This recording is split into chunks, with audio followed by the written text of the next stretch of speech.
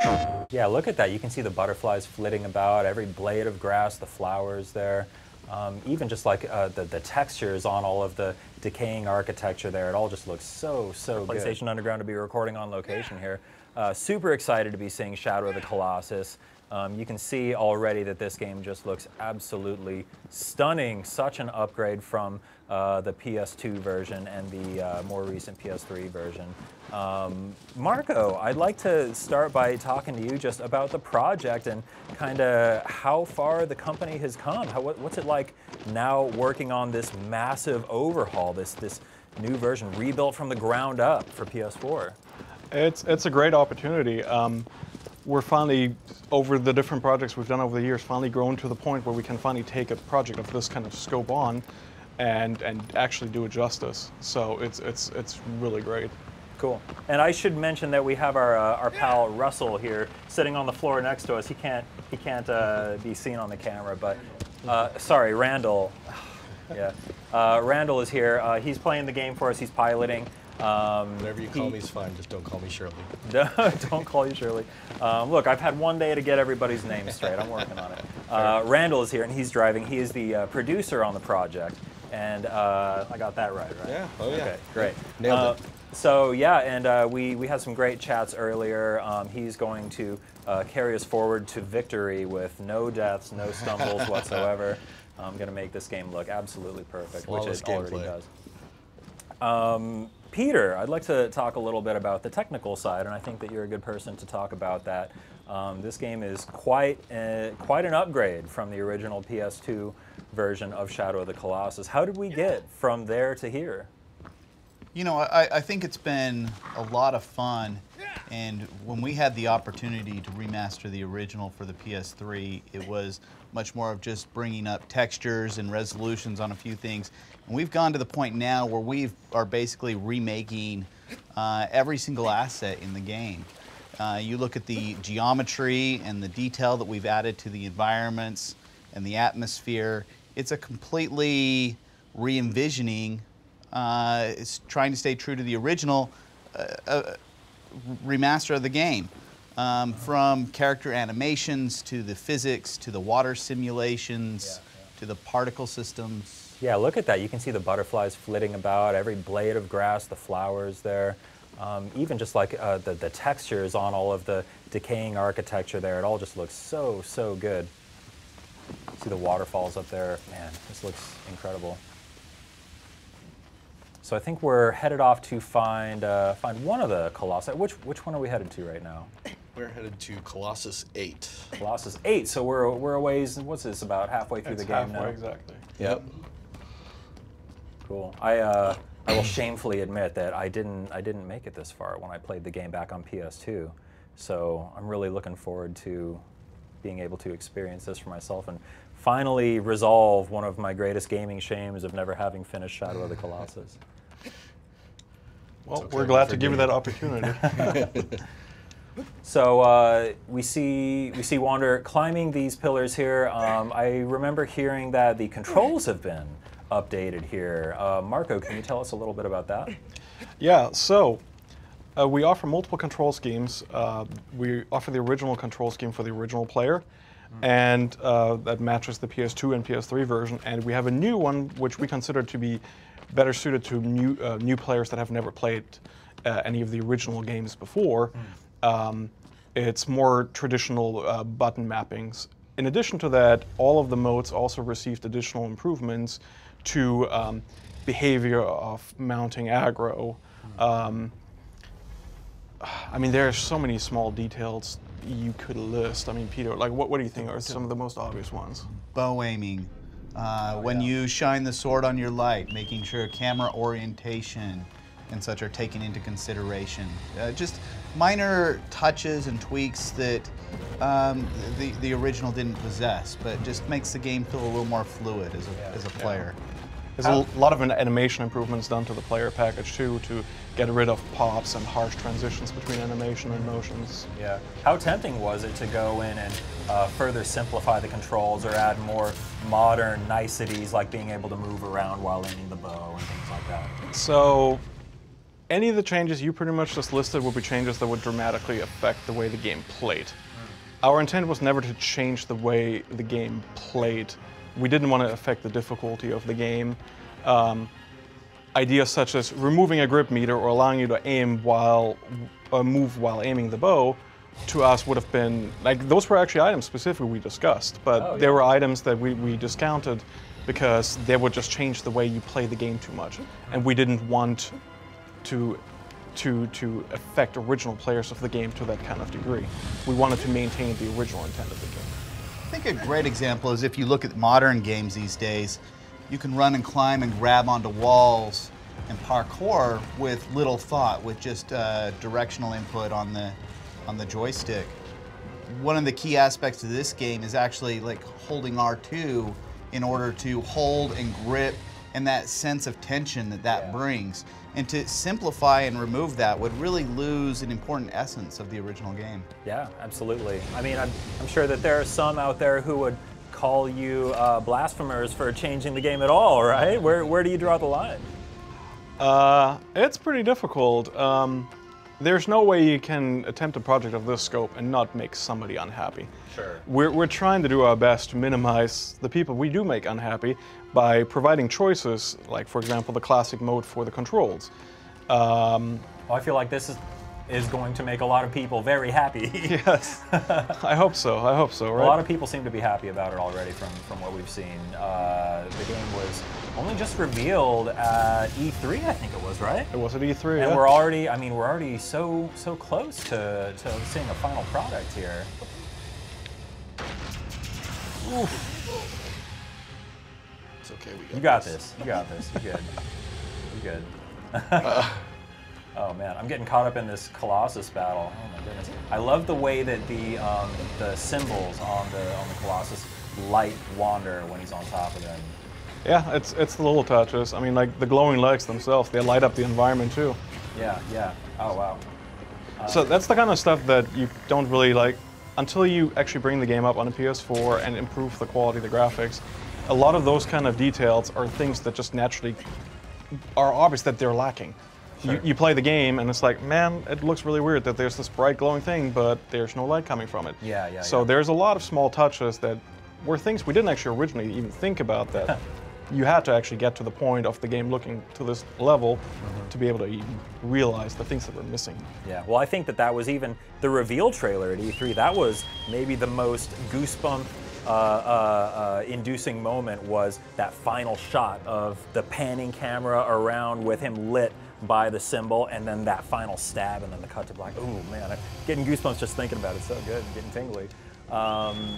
Tell me a little bit more about some of the other technical improvements. Let's talk about the PS4 Pro features. We're actually playing this on PS4 Pro right now. We're seeing this game running at a 4K resolution. This is a cinematic mode, I believe it's called. This is our cinematic mode that we offer. We did a lot of evaluations looking at different 4K rendering techniques.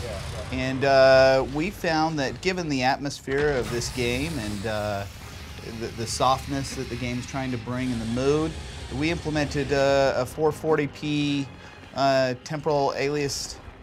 What? 1440, I'm sorry. All over the place.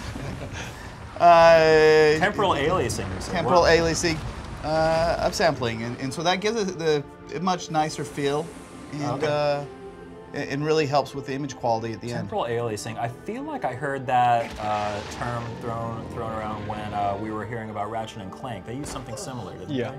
They did. Our technique for 4K rendering is very similar to the Ratchet and Clank method. Yeah. And it's a temporal super sampling is essentially what it is in this case. Well, it looks absolutely stunning. There's also a performance mode. What does that entail? So performance mode allows us to hit a targeted 60 FPS mode. Oh, okay. It allows you to have greater, it just feels a little bit smoother for the gaming purists that can appreciate an increased frame rate, can appreciate the extra motion fidelity and stuff that you get when you're battling the Colossi. And so it's just a little extra punch to put the cherry on Does top. does it feel weird playing this game at a higher frame rate, or does that? Because I feel like this was, so many people remember this game in its original form, and obviously there's the cinematic mode, which is kind of the most beautiful way to play it. But To me, I think it depends on the person you ask, which is exactly the reason why we actually give you the option to play either at the original frame rate targeting 30 or the new frame rate at the higher performance mode targeting 60, because some people will always prefer running at 30 FPS. Sure. If you give them 60 FPS, they will be unhappy. Then there's other people, you only give them 30 and they're 160. We give them the best of both worlds.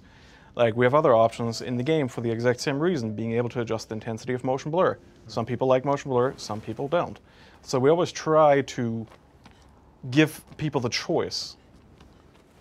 Cool. So how much bigger of a project is this than when you remastered the game for PS3?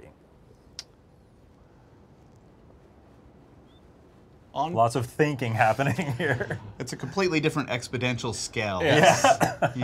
It's The original project was done with 2 QA internal on our end. We had, majority of the team was programmers, and we had 1 artist touching up some textures. And this is And on obviously this just team, completely rebuilt. It's completely rebuilt from scratch. Every single asset, high-res scopes created, normal maps baked down, PBR textures created, Man, yeah. So how? animation, physics system, animations updated, Oh, wow. water sims, brand new particle systems created for every single particle effect. New But- particle systems added. Yeah, but obviously you want it to evoke the same feeling of the original game. You don't want it to feel different. You want it to feel the same, but better. Like, it's such a weird, fine line you guys have to walk. You want to take the original game and pretend that this team existed now, making this game for the PS4. Like, what would they have done? Yeah, yeah. I think at the same time, when people play the original, that you have this nostalgia and you have these memories, and your mind is filled in the gaps. When you look at a PS2 game and you're playing it, just because they've got a flat plane, you assume that, well, this is where the grass area is. Oh, yeah. Here's the hillside, and your mind sort of pieces it together. With the level of fidelity of graphics that we're hitting today, you can't just assume the player will make it up or piece in the gaps by themselves. And now it's our ability to go through and actually expose that and actually bring it to life. Cool. So now we're wandering around the plains here. So we did see that. That was the 8th Colossus that we wrapped up there. I think that was, yeah. Nice work on that, Randall. Thank you very much. Right this time. So yeah, that is Shadow of the Colossus on PS4, running on a PS4 Pro in the beautiful new cinematic mode. Marco, Randall, Peter, thank you guys so much for joining us. Is there anything else that you wanted to say to the fans leading up to the launch of Shadow of the Colossus? Go ahead. Go ahead. I hope you enjoy the blood and tears and sweat sweat we put into this game. We're huge fans of the game ourselves. We hope you appreciate what we try to do for you.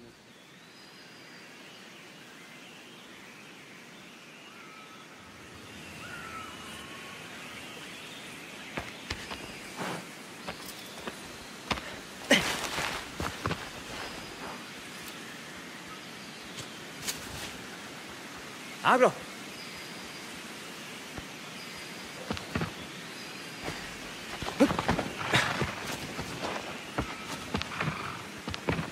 Yeah! Yeah! Yeah!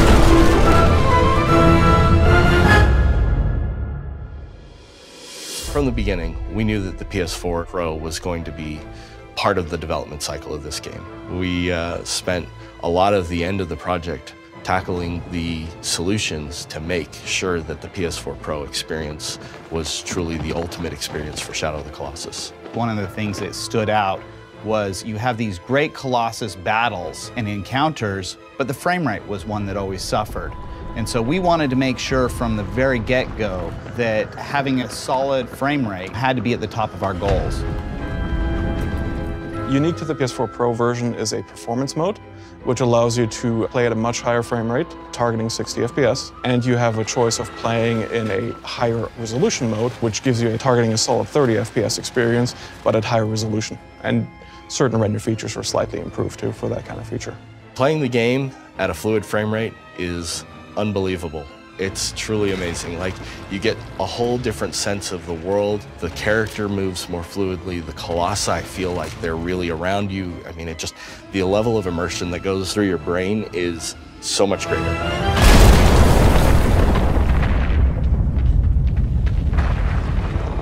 We knew there was no question about what do we want to do as far as graphics fidelity. We knew we wanted to make a lot of improvements there. We wanted to bring in the advanced rendering techniques and stuff that everybody's doing these days. We set out early on to support 4K 30, which we call our cinematic mode. And we found that going with a 1440p temporal sampling solution was actually the best for us, and actually gives you a smoother, more enjoyable experience and really gives you something truly unique. We stayed as true to the original as was necessary to maintain the original vision while rebuilding everything from the ground up. And the goal was to always give players the ultimate experience on PS4 Pro in 4K and HDR. Like, there's nothing else like it out there.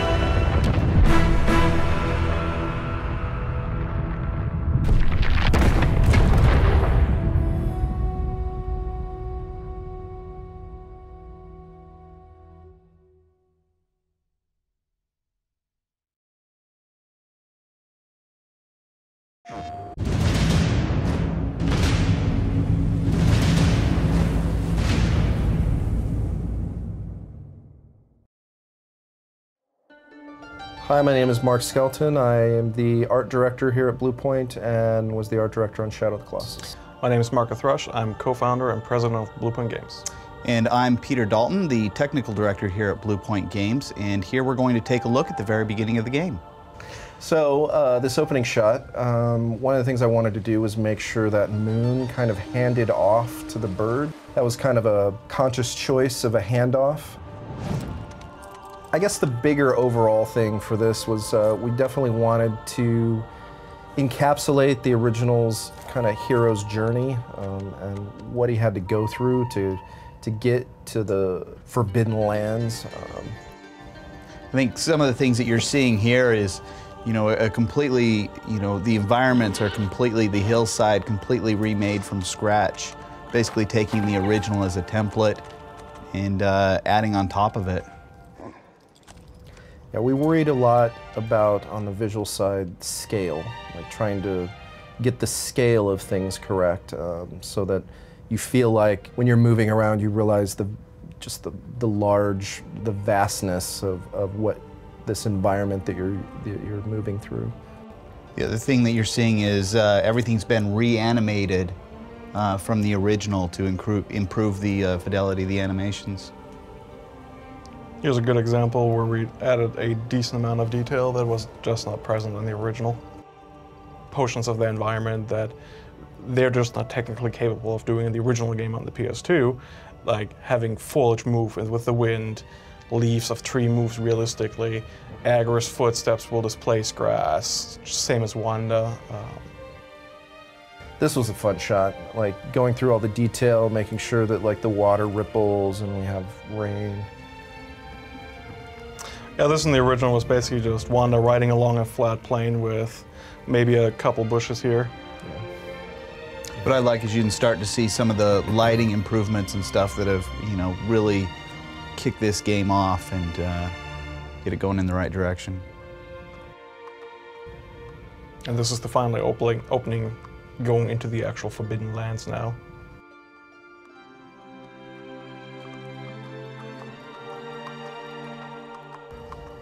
Yeah, all new physics system handling the Agro's poncho and horsetail physics. I like this shot here. It gives you that first sense of scale of just how massive the world is going to be with looking at just a small corner of it. And there was also a large, as far as visually, a color handoff from kind of the darker blue-green to this more warm, inviting sun. And yeah, the sky was a big consideration too. Obviously in the original one, they had a very kind of punchy hole, like punched holes in clouds sky, big overcast with bright spots. We wanted to make sure that we brought that back into this version as well. And here we are finally on the title screen. So obviously this was just a small teaser, the opening of the game. We hope you get to enjoy the full game when it comes out in February 2018. PlayStation